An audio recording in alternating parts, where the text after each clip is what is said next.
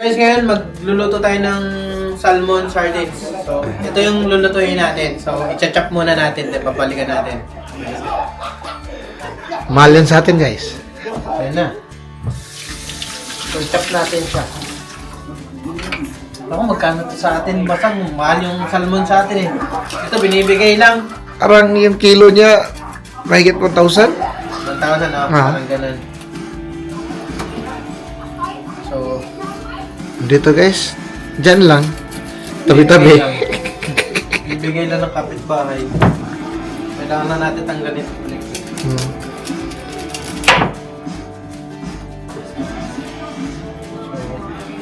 Chop na natin.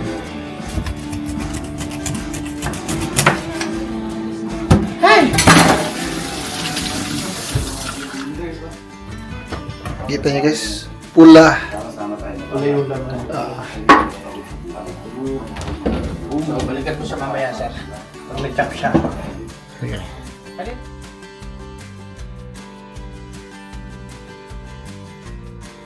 So, ayun, na-ready na natin tong salmon. Linisan na natin, nag-chop na natin. So, ang ginawa natin is, binabad natin siya sa asin. And then later, tatanggalin natin to dito. Para ay, tanggalin natin asin at ugasan natin yan. Bago natin siya isalang. So, balikan natin ulit. Gagamitin natin sa salmon sardines na ingredient natin. So, ito yung onion, carrots, and then bay leaves, pepper or pamintang buo. Then meron tayong olives, and then ito yung pickle natin, then garlic, then siyempre olive oil. Ito yung number 1 na kailangan natin. So ito yung isda natin. Nababad na natin ito sa asin. So babanlawan lang natin siya para matanggal yung alat. So ayan na siya. So ayun, tatanggalin lang natin sa kaserola. Babanlawan natin. So ayun, start na natin ilagay dito sa So mauna muna carrots. So lagay muna natin yung carrots. Kasi by layer yan dapat.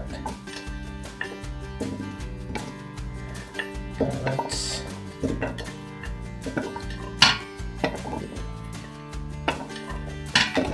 Then onion.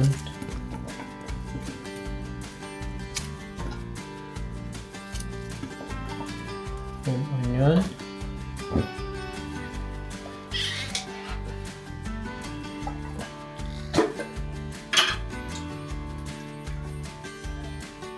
Then olives. Ito yung lalagay natin next.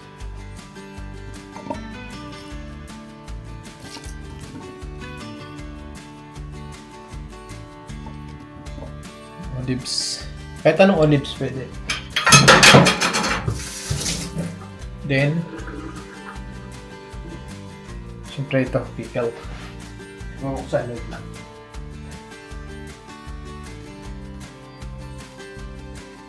So natin lalagay itong pickle.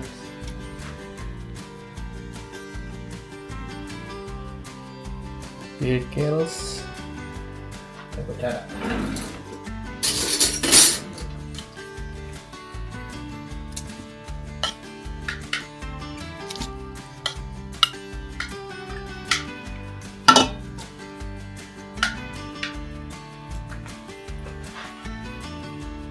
So, then, matapos nun, so wala tayong buong mag-garlic. Lalagay tayo ng garlic. Meron dinurog na siya. Also,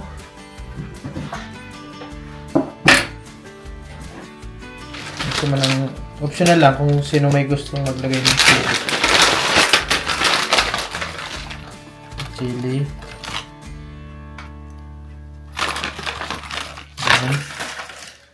Yung isda. So, lalagay na natin yung by layer kasi to salmon.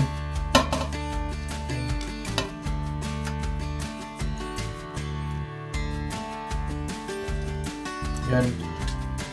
Then, maglagay ulit tayo ng ito.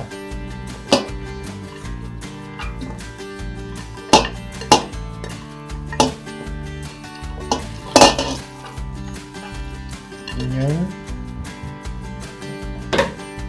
Ito ulit. Nickel. Ay, olives pala. Siya pickle. Then, tigil ulit.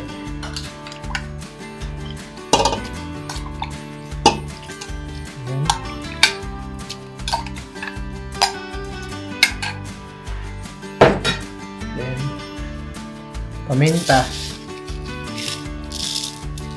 Black. Then, maglalagay din ako ng black pepper para ano, mas malasa siya. Ganyan.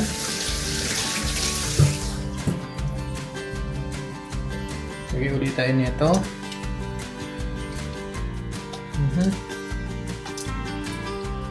Yun.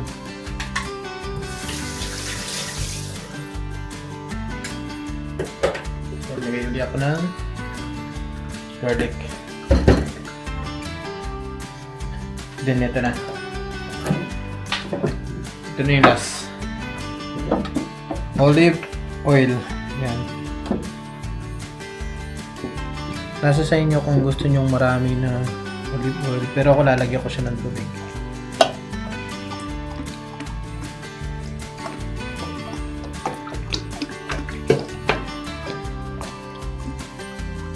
Pero okay na. Then, tubig.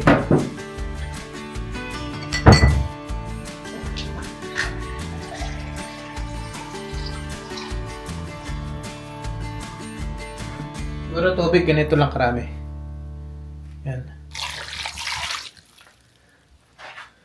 Then, lalagay tayo ng asin. Tap. Pre, maglalagay tayo ng asin. Okay. And that's it.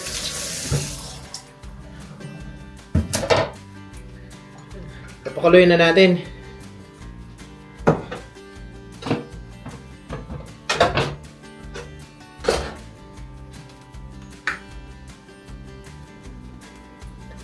So, ayun, napakulo na natin. Hintayin lang natin siyang siguro mga 3 hours, 2 hours, mga ganun. Luto na yan siya. So, ayun. Ay, may nakalimutan tayong ilagay, guys. Ito pala. Meron tayong hindi na ilagay. So, ito, buti na lang naalala ko. So, lalagyan natin ng ito. Daon ng laurel.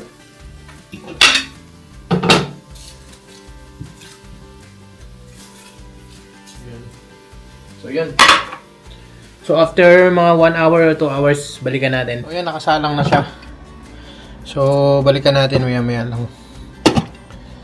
So, 1 hour siguro.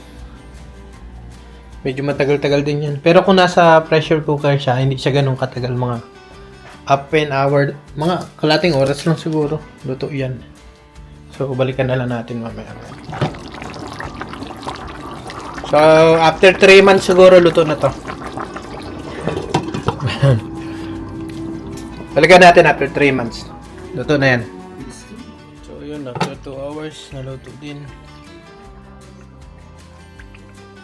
So, luto na yung sardinas. Serve na lang.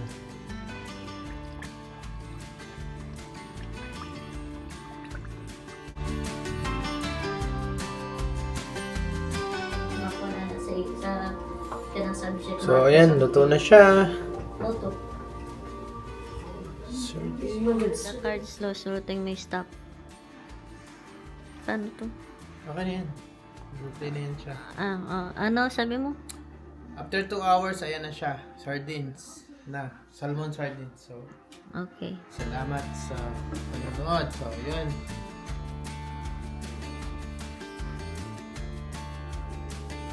natin.